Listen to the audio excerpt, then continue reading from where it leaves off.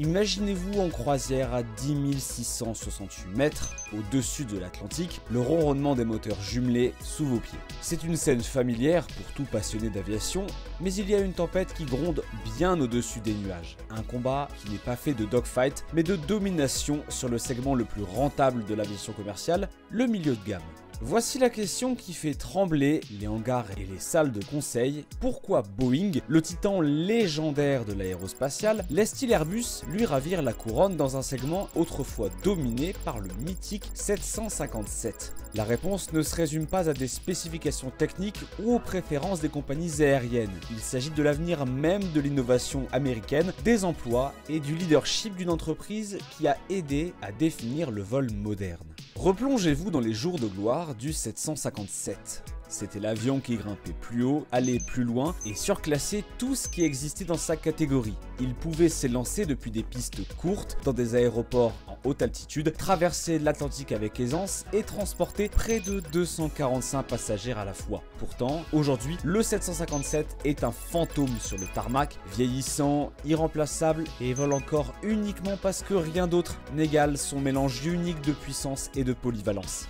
Voici le Airbus A321 XLR, un outsider monocouloir qui réécrit tranquillement les règles du jeu. Avec une autonomie impressionnante de 4700 miles nautiques, soit 8700 km, et des économies de carburant qui font passer les anciens avions pour des gouffres à essence, le XLR conquiert les cœurs et récolte les commandes par centaines. Americans, JetBlue, United, Qantas, la liste des convertis s'allonge chaque mois. Chaque contrat signé par Airbus est une porte qui se ferme pour Boeing. Voici donc le dilemme à très fort enjeu. Boeing va-t-il vraiment rester à regarder, paralysé par l'hésitation, pendant que Airbus verrouille le marché pour une génération? Ou pourrait-il riposter avec un 757 MAX modernisé, un avion qui pourrait reconquérir le terrain perdu grâce à des moteurs mis à jour, une nouvelle technologie et toute la puissance qui a fait la légende de l'original? Mais avant de plonger dans les aspects techniques, les tendances du marché, les obstacles techniques ou l'économie qui empêche les PDG de dormir, pensez à ceci. Le résultat ne décidera pas seulement quel avion dominera le ciel. Il définira quel drapeau flottera au sommet des routes aériennes les plus vitales au monde, quels ingénieurs et machinistes construiront le futur et si Boeing mènera, suivra ou s'effacera. Feriez-vous confiance à un avion de 60 tonnes pour traverser l'Atlantique sur un seul moteur? Et si je vous disais que le 57 l'a fait et le fait régulièrement? Mais avant de vous faire une opinion, reculons un instant pour comprendre comment on en est arrivé là et ce qui est vraiment en jeu. Revenons au début des années 1980. L'ère du jet mûrit et les ambitions des compagnies aériennes sont à leur apogée. Voici le Boeing 757, un bimoteur étroit élégant qui allait redéfinir ce qu'un avion monocouloir pouvait accomplir. Ce n'était pas juste un autre jet, c'était, pour l'époque, un saut en avant tant en ingénierie qu'en flexibilité opérationnelle. Qu'est-ce qui a rendu le 757 légendaire? Commençons par sa puissance. Propulsé par des moteurs Rolls-Royce RB211 ou Pratt & Whitney PW2000, chacun générant entre 16 600 et 19 700 kg de poussée, le 757 pouvait décoller sur des pistes qui mettaient d'autres avions à rude épreuve. De l'aéroport de Denver, en altitude, à la chaleur étouffante de Mexico, le 757 affrontait l'air raréfié et les charges lourdes en menant 200 à 240 passagers plus loin et plus vite que tout autre monocouloir. Son autonomie, jusqu'à 4100 miles nautiques, soit 7600 km, avec un réservoir plein. Cela signifiait que New York-Paris devenait enfin un trajet possible en monocouloir. L'aile supercritique du 757 fendait l'air, réduisant la traînée et augmentant l'efficacité à haute vitesse subsonique. Il était aussi construit pour durer, surconçu, diront certains, avec une robustesse structurelle qui a permis à des centaines de ces avions de voler bien au-delà de leur durée de vie prévue. Les pilotes échangeaient des anecdotes sur la puissance du 757. Certains l'appelaient la voiture de sport du ciel.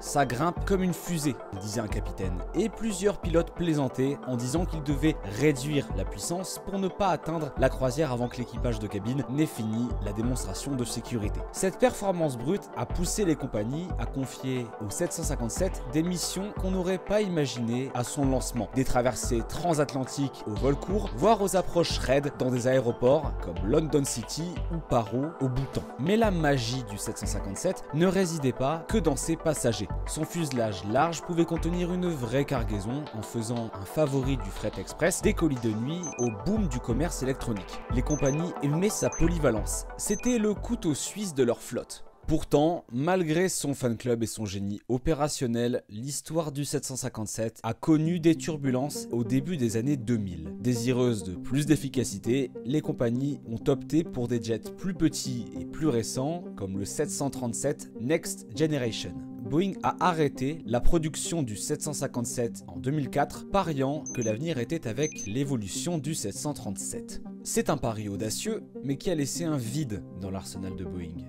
Alors que les réseaux de routes se fragmentaient et que les longues lignes fines fleurissaient, les compagnies ont vite réalisé qu'aucun autre avion ne comblait vraiment le vide laissé par le 757. La légende s'est un peu effacée, mais la demande pour ses capacités uniques n'a fait que grandir. Réfléchissez-y, pourquoi tant de compagnies ont-elles gardé leur 757 en vol 2 décennies après la fin de la production? Quel avion choisiriez-vous si vous aviez besoin de performances sur des pistes courtes, d'une forte capacité de charge et d'une portée transatlantique, le tout dans un seul appareil? La réponse, durant des années, était simple. Vous preniez un 757. Mais maintenant, avec le monde qui avance, mais aussi les concurrents qui se positionnent, cet héritage est en équilibre. Voyons maintenant qui est venu réclamer les cieux que le 757 appelait autrefois chez lui. Alors que Boeing se demandait s'il fallait maintenir le 757 en vie, Airbus préparait discrètement une révolution. Voici l'Airbus A321 XLR repoussant les limites de ce qu'un avion monocouloir peut accomplir. Avec une autonomie de 4700 miles nautiques, le XLR peut relier des paires de villes qui étaient auparavant inimaginables pour un monocouloir. L'économie qui exigeait autrefois les gros porteurs favorise désormais ce cheval de bataille élégant et efficace qui consomme environ 30% de carburant en moins par siège comparé au vieillissant 757. Le timing était parfait. Dès la sortie de la pandémie, les compagnies aériennes abandonnaient le modèle hub and spoke pour le vol point à point. Les passagers voulaient la commodité, mais aussi des vols directs. Le XLR offrait exactement ça. Les commandes ont afflué. American Airlines a commandé 50 A321 XLR pour des liaisons transatlantiques qui ne pouvaient jamais justifier un gros porteur. JetBlue en a pris 13 pour son expansion en Europe. United en a ajouté 50 de plus. Qantas, Air Canada, Wizz Air, la liste s'allongeait. Fin 2024, Airbus avait accumulé plus de 500 commandes. Voici ce qui a vraiment piqué Boeing. Ce n'était pas seulement de nouvelles routes. Beaucoup de commandes remplaçaient directement les 757 vieillissants que les compagnies voulaient désespérément retirer. Delta, qui détient l'une des plus grandes flottes de 757 au monde, déplorait publiquement l'absence de remplacement véritable tout en investissant des millions pour maintenir ses anciens avions en état de vol. Airbus a joué intelligemment. Plutôt que de concevoir un avion entièrement nouveau, ils ont allongé leur plateforme A321 éprouvée en ajoutant des réservoirs de carburant et modernisant les systèmes. Cette approche évolutive signifiait des coûts plus bas, une certification plus rapide et, surtout, une compatibilité avec des milliers d'A320 déjà en service. Les pilotes avaient besoin d'une formation minimale. Les compagnies pouvaient alterner entre XLR et variantes à plus courte portée. Boeing, de son côté, s'est fait surprendre. Leur 737 MAX ne pouvait pas égaler l'autonomie du XLR. Le 787 était trop grand et coûteux. Soudain, Boeing se retrouvait sans cheval dans la course la plus cruciale de la décennie. Des routes qui constituaient le pain quotidien de Boeing, desservies par les 757 pendant des décennies, étaient maintenant servies sur un plateau d'argent à Airbus. Alors que Boeing était distrait par la crise du MAX, Airbus construisait discrètement l'avenir de l'aviation moyen courrier. Que feriez-vous si votre plus grand concurrent venait de redéfinir votre champ de bataille le plus important pendant que vous regardiez ailleurs? Entrons dans les salles de réunion et les hangars d'ingénierie chez Boeing. La pression absolument immense. D'un côté, vous avez le concept 757 MAX, un raccourci séduisant qui utilise une cellule éprouvée pour répondre aux défis d'Airbus. De l'autre, l'appel irrésistible d'une conception ex nihilo, le fameux 797 ou New Midsize Airplane, promettant une efficacité futuriste mais à un coût et à un risque vertigineux. On commence par le 757 MAX. Ça semble simple, non? Prendre un classique, lui donner de nouveaux moteurs, upgrader l'avionique et la cabine et le voir s'envoler. Mais voici le hic. Les moteurs modernes à fort taux de dilution qui ont rendu l'A321 XLR si efficace, comme le CFM LEAP 1A, sont physiquement bien plus gros que ce que le 757 original était conçu pour accueillir. Les intégrer nécessiterait une refonte majeure de la structure de l'aile, des pylônes, voire peut-être même du train d'atterrissage. Ce n'est pas un projet à faire en un week-end. On parle d'années de conception et de certification, plus le risque que le nouveau combo n'offre pas les performances demandées par les compagnies aériennes. Puis il y a l'usine. La chaîne de production du 757 à Renton, Washington, a été démantelée en 2004. Elle produit aujourd'hui des 737 MAX à plein régime. Relancer la production du 757 signifierait des milliards pour de nouveaux outillages, la formation du personnel et une chaîne d'approvisionnement à reconstruire presque à zéro. Boeing peut-il se le permettre? Surtout qu'il rembourse encore plus de 50 milliards de dollars de dettes liées à la crise du MAX et à la pandémie. Autrement, miser tout sur un tout nouveau 797 veut dire des années, peut-être une décennie de recherche et développement, un énorme investissement et le pari que les compagnies aériennes seront toujours là à son arrivée. Vous vous souvenez du 787 Dreamliner ?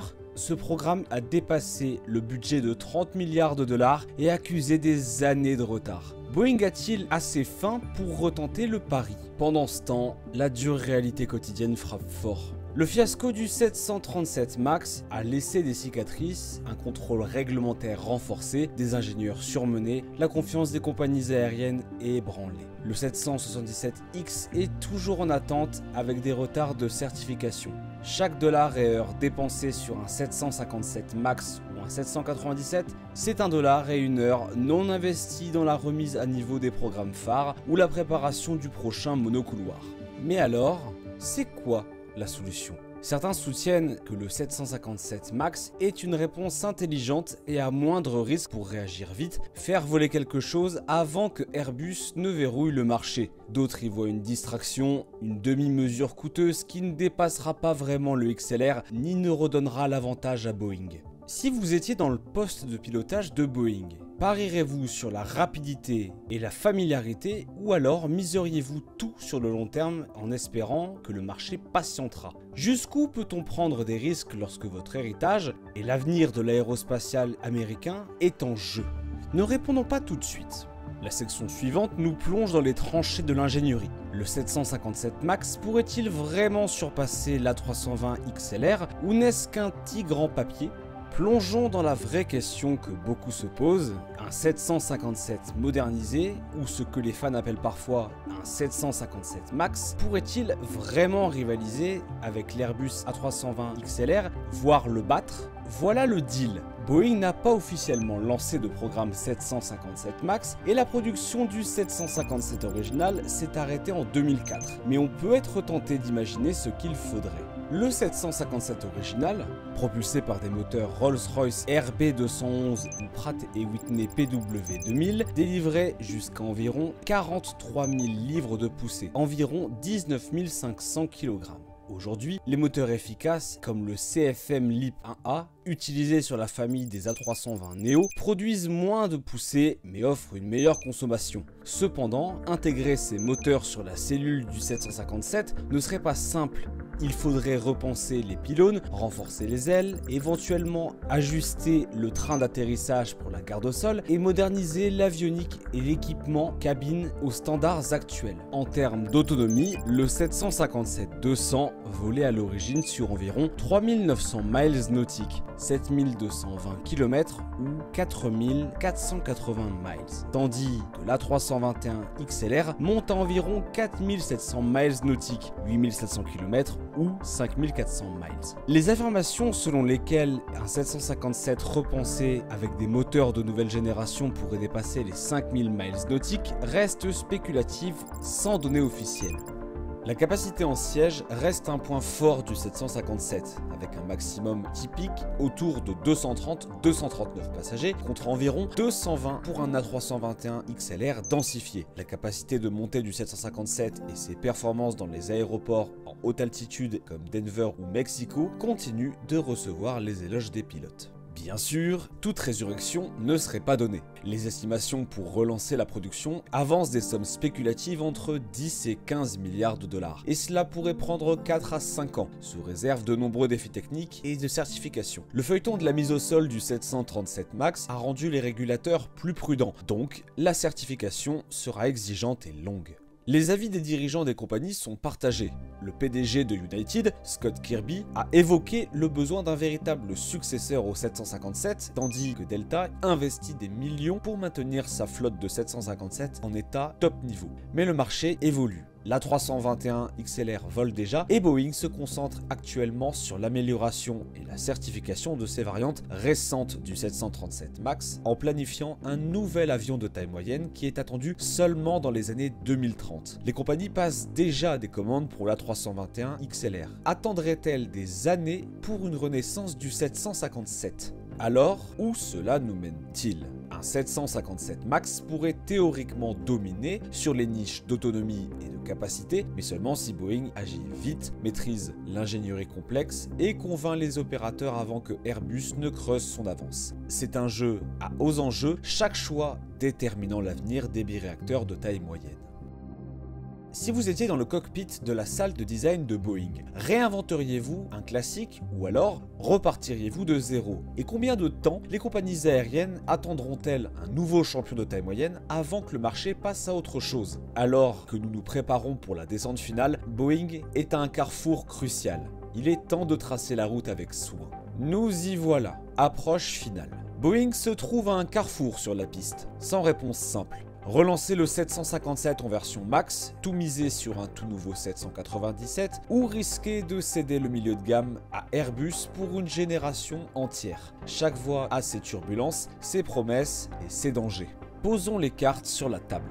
Le 757 MAX serait un clin d'œil audacieux qui utilise un design éprouvé pour riposter rapidement. Les compagnies aériennes en rêvent et l'ingénierie, bien que complexe, est réalisable si Boeing agit maintenant. Mais les coûts, les obstacles pour la certification et le risque de lancer une cellule déjà vieillissante planent comme des nuages d'orage. Ces défis valent-ils le coup si ça permet de garder un pied dans la porte pendant que le prochain grand avion naît ? Ou alors Boeing vise-t-il la Lune avec le 797, une création entièrement nouvelle, pensée pour une nouvelle ère? Le gain peut être énorme, efficacité inégalée, la capacité et la chance de dépasser Airbus. Pourtant, l'investissement est colossal, le calendrier est long et le risque de manquer le bon moment très réel, surtout que les compagnies volent déjà sur le XLR et construisent leur réseau autour. Et si Boeing hésite, chaque mois perdu, c'est un XLR livré de plus, une fidélité de compagnie en plus acquise, une part de marché en plus cédée. Abandonner ce combat pourrait signifier plus que des ventes perdues, ça pourrait redessiner la concurrence pour des décennies, des emplois à Everett et Wichita, jusqu'à l'avenir même de l'innovation aérospatiale américaine. Alors, quel est le choix ?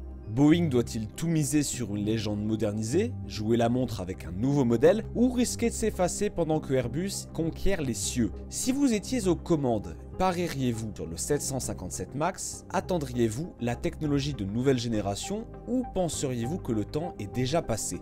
Faisons monter la discussion. Que feriez-vous si vous étiez le PDG de Boeing? Faites-vous confiance à un classique revisité ou est-il temps de passer à du tout neuf? Quel niveau de risque est trop élevé lorsque le futur de l'aviation et la fierté nationale sont en jeu? Partagez vos idées ci-dessous. Si ce débat vous fait vibrer, likez, abonnez-vous et rejoignez notre communauté de passionnés d'aviation.